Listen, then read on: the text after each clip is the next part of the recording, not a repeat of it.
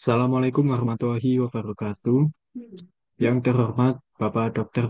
Pujiono SEAK MSI, selaku dosen pengampu mata kuliah Teori Akuntansi.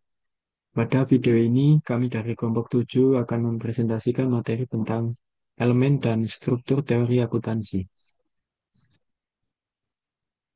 Untuk anggota kelompok kami,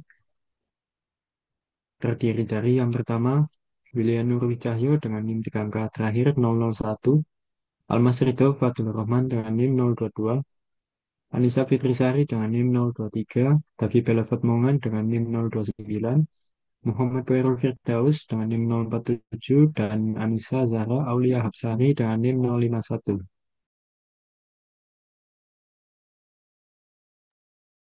Pemikiran mengenai teori.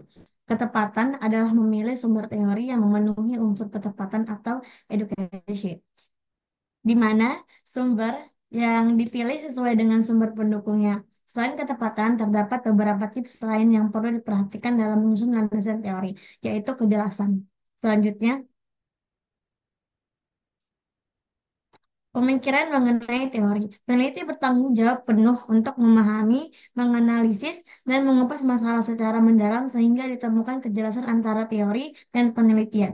Teori yang ditulis juga harus relevan dengan kutipan atau rujukan yang dipakai, berdasarkan variabel hipotesis yang sedang terjadi, serta menarik perhatian bagi peneliti dan pembaca. Selanjutnya,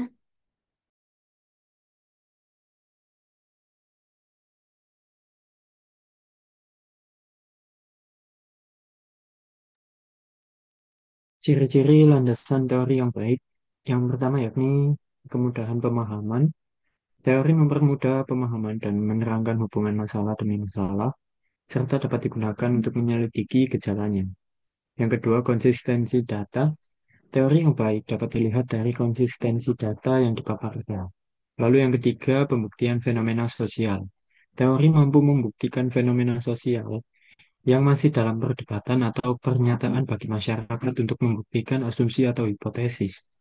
Lalu yang keempat yakni mendorong penemuan baru. Landasan teori yang baik mendorong adanya penemuan baru.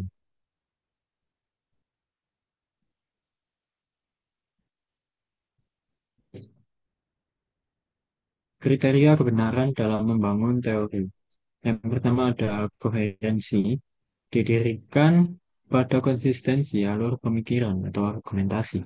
Teori harus memenuhi kaidah ilmiah dengan konsistensi berpikir yang runtut dan terpadu secara utuh. Korespondensi didasarkan pada kesesuaian materi dengan objek bahasan dengan fakta-fakta empiris. Kebenaran sesuai dengan kenyataan yang dapat diuji.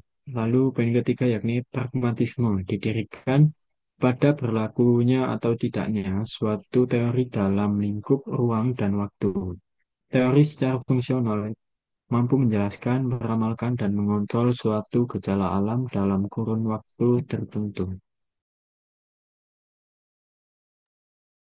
Selanjutnya, pemikiran mengenai konsep.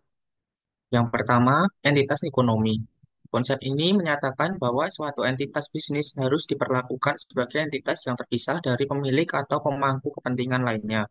Dan semua transaksi bisnis harus dicatat secara terpisah dari aktivitas pribadi pemilik. Yang kedua, kelangsungan usaha. Asumsi bahwa suatu entitas bisnis akan terus beroperasi dalam jangka panjang dan tidak berniat untuk melikuiditasi atau mengurangi skala operasinya secara signifikan.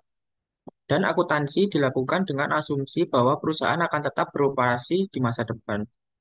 Ketiga, data dasar akrual. Pendapatan dan beban diakui pada periode terjadinya, bukan saat kas diterima atau dibayarkan. Konsep ini memastikan bahwa pelaporan keuangan mencerminkan aktivitas ekonomi yang sebenarnya dalam periode yang relevan.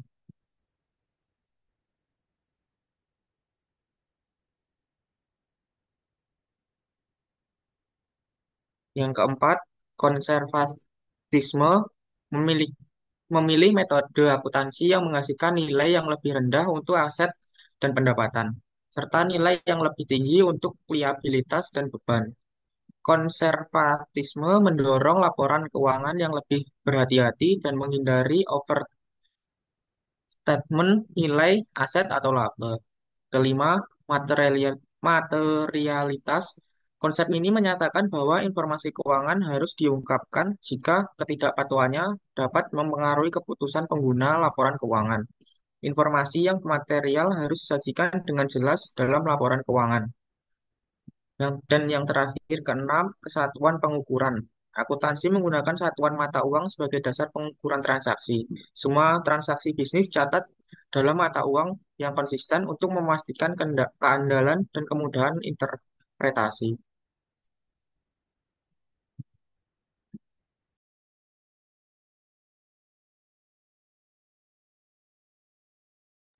Selanjutnya menangani hipotesis.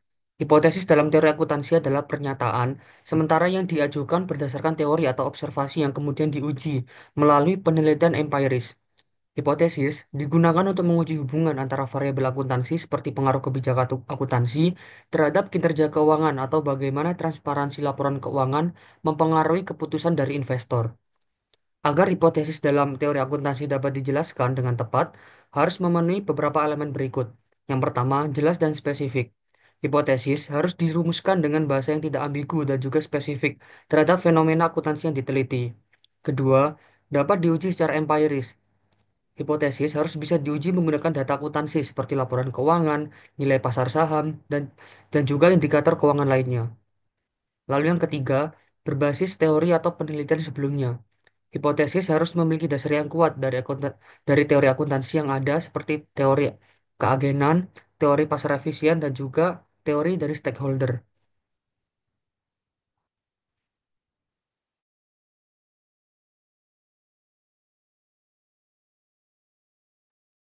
Baik, selanjutnya yaitu contoh hipotesis. Yang pertama ada hipotesis nol atau implementasi IFRS tidak berpengaruh terhadap transparansi laporan keuangan perusahaan. Yang kedua ada hipotesis alternatif, yaitu implementasi IFRS meningkatkan transparansi laporan keuangan perusahaan. Selanjutnya yaitu struktur dalam menangani hipotesis. Yang pertama merumuskan hipotesis yang tepat, yang kedua pengumpulan data akuntansi, yang ketiga analisis dan pengujian hipotesis, dan yang terakhir menarik kesimpulan dan implikasi dalam akuntansi.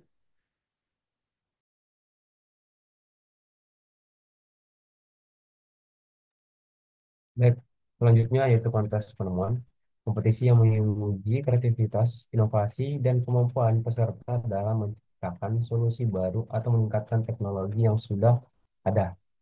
Dan tujuan utamanya dari kontes ini biasanya untuk mendorong kemajuan di bidang sains, teknologi, dan rekayasa.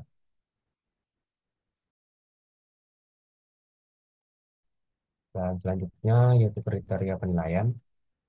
Yang pertama itu orisinalitas, di mana apakah ide-ide tersebut benar-benar baru atau hanya modifikasi dari yang sudah ada. Terus manfaatnya, seberapa besar dampaknya terhadap masyarakat atau industri tersebut atau tertentu. Dan selanjutnya kelayakan, apakah ide tersebut dapat direalisasikan dengan teknologi dan sumber daya yang ada. Dan yang terakhir presentasi, cara peserta menjelaskan dan mendemonstrasikan penemuannya.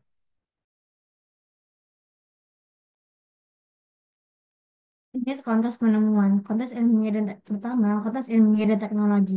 Misalnya, Intel ISEF, lomba karya ilmiah remaja, dan kompetisi robotik.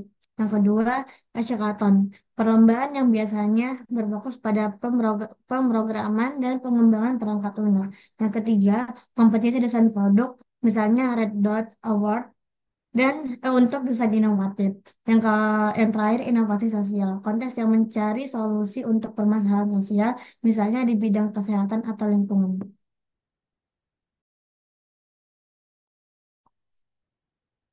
Baik, sekian pemaparan materi dari kelompok 7.